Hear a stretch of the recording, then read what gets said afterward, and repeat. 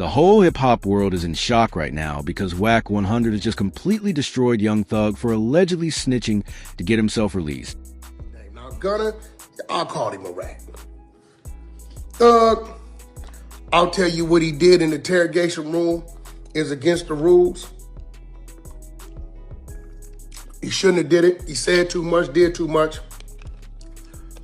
There's no explanation for that. He's dead wrong. And what makes the situation even more controversial is the fact that the streets are furious with Thug, because not too long ago, he dissed Gunna for doing the exact same thing when Gunna tried to protect himself. And now Wack 100 has introduced something wild he calls the streets' New Testament. Today, we coming up with the New Testament. What we feel the new rules of the street should be. And I expect all of y'all to make this go viral, right? Because, we going to go from 1 to 10 with a bonus 1. That last one, a lot of y'all probably ain't going to like. But some of y'all old school dudes ain't going to like. Let's start with number 1. New Testament rules of the street, number 1. You can snitch on somebody who snitched on you first. Hey, that's the first new rule.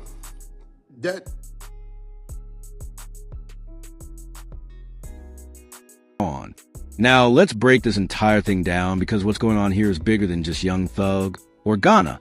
It's about the definition of loyalty, street code, survival, and the very foundation of the culture that hip-hop has been built on. Please do not forget to like this video, share, and subscribe to this channel if you want more updates like this. Thank you. Now, let's get back into the video. Young Thug's name has been legendary in the game for years. From his groundbreaking sound, his daring style, and his dominance in trap music, he became one of the most important figures in Atlanta hip-hop. He stood on authenticity. He stood on street credibility. And he stood as the frontman of YSL, a movement that was supposed to represent brotherhood, family, and loyalty. But when the massive YSL RICO case hit, it shook the entire culture because suddenly, the same brotherhood that Thug built seemed to be crumbling from inside. One by one, YSL members began accepting plea deals, and the internet started accusing them of snitching. The most talk about was Gunna, who despite publicly denying snitching, was labeled as such by the streets after that infamous courtroom clip where he confirmed YSL was a gang. And through it all, Young Thug was painted as the one who remained solid, the one who stood firm behind bars, refusing to fold, the one who kept his mouth shut. The streets respected him for that. They said Thug was cut from a different cloth. But now everything has taken a shocking turn. Word started spreading that Young Thug himself may have cooperated in a way to secure his release. The whispers grew into full-blown rumors, and when Wack 100 stepped in, he didn't just address it lightly. He went all in. Wack called Thug out, saying that if these rumors are true, Thug just destroyed his own legacy. Wack didn't mince words. He said straight up that the streets will never forgive hypocrisy. How can you diss Gunna, distance yourself from him, allow the world to clown him for allegedly snitching, and then turn around and do the same thing? That's where the streets draw the line. Wack 100 made it clear that if this is what Thug has done, then the culture has to wake up and redefine what loyalty even means. And that's where Wack unveiled what he called the streets' New Testament. It's his raw manifesto aimed at the rats, at the ones who fold under pressure, and at the ones who try to twist a narrative to save themselves while still pretending they're solid. According to Wack, the old rules of the streets are gone because too many have bent them, too many have manipulated them, and too many so-called real ones have been exposed as frauds. In this New Testament, Wack says the number 1 commandment is simple. If you snitch, own it. Don't hide. Don't pretend. Don't call yourself solid. Don't throw shade at the next man who did the same thing. Own your truth. The second commandment, don't build your brand off of street codes if you're not ready to live and die by them. Don't sell loyalty. Don't sell brotherhood. Don't sell an image of being untouchable only to crumble when the system applies pressure. And the third commandment, if you cross that line, understand that you're no longer part of the street culture. You can make music, you can make money, but you can't expect the streets to embrace you again.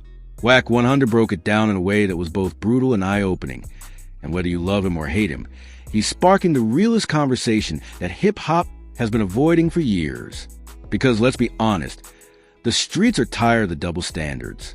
They're tired of artists painting themselves as the epitome of loyalty, only for the paperwork to show something different. They're tired of fans offending their favorite artists no matter what, as if the truth doesn't matter anymore. And right now, Young Thug finds himself at the center of this storm. People are angry because Thug wasn't just a regular rapper. He was a leader, someone that the younger generation looked up to. He was the one dissing Gunna in coded bars, the one whose team distanced themselves from Gunna, the one that everyone believed would never break. And now, if he did exactly what he accused others of, then his empire falls apart not because of the feds, but because of his own actions. Wack 100's destruction of Thug isn't just about one man's alleged snitching. It's about holding the culture accountable. It's about saying enough is enough. If we're going to draw lines, then those lines have to be consistent, and you can feel the shift in the air. Social media is erupting with debates. Some fans are in disbelief, refusing to believe Thug could ever snitch. Others are already writing him off, saying Wack 100 is right and that Thug is finished. And then you have the OGs and street figures weighing in, many of whom are siding with Wack. Because to them, the code is sacred. Once you break it, you can never patch it back up. The trust is gone. The respect is gone. But here's the twist. Wack isn't just clowning Thug. He's using Thug's alleged actions as a mirror to expose the entire game. He's asking the questions nobody wants to ask. How many of your favorite rappers would really stay solid under RICO? How many would sit in a cell for years instead of taking the easy way out?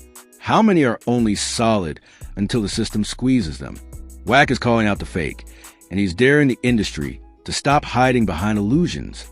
And the fact that this is happening while Thug's trial is still ongoing makes it even more explosive. Now let's go deeper into why the streets are truly pissed. It's not just the alleged snitching. It's the betrayal of the image. In hip-hop, image is everything.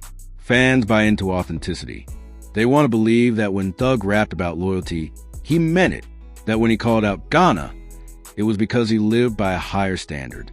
That when he stood tall behind bars, he was proving he was cut from a cloth that others couldn't match. But if all of that was smoke and mirrors, then it means fans have been sold a lie. And people don't forgive being lied to. This is where Wack 100 Street's New Testament hits hardest. Because what he's saying is that the culture has been too forgiving for too long. Too many have been allowed to bend the rules while pretending to be real. Too many have been allowed to clown others for snitching, only to do the same thing when it benefits them. And if the streets don't enforce consistency, then the code is meaningless. That's why he's rewriting the commandments. And let's not ignore the hypocrisy of the industry. Rappers and fans alike picked sides when it came to Gunna. They clowned him, called him names, distanced themselves from his music. But when the possibility of Thug doing the same thing comes up, suddenly people want to make excuses. That's exactly the double standard that Wack is tearing apart. And honestly, that's why his words sting. Because deep down, everyone knows he's right. The code doesn't bend for favorites.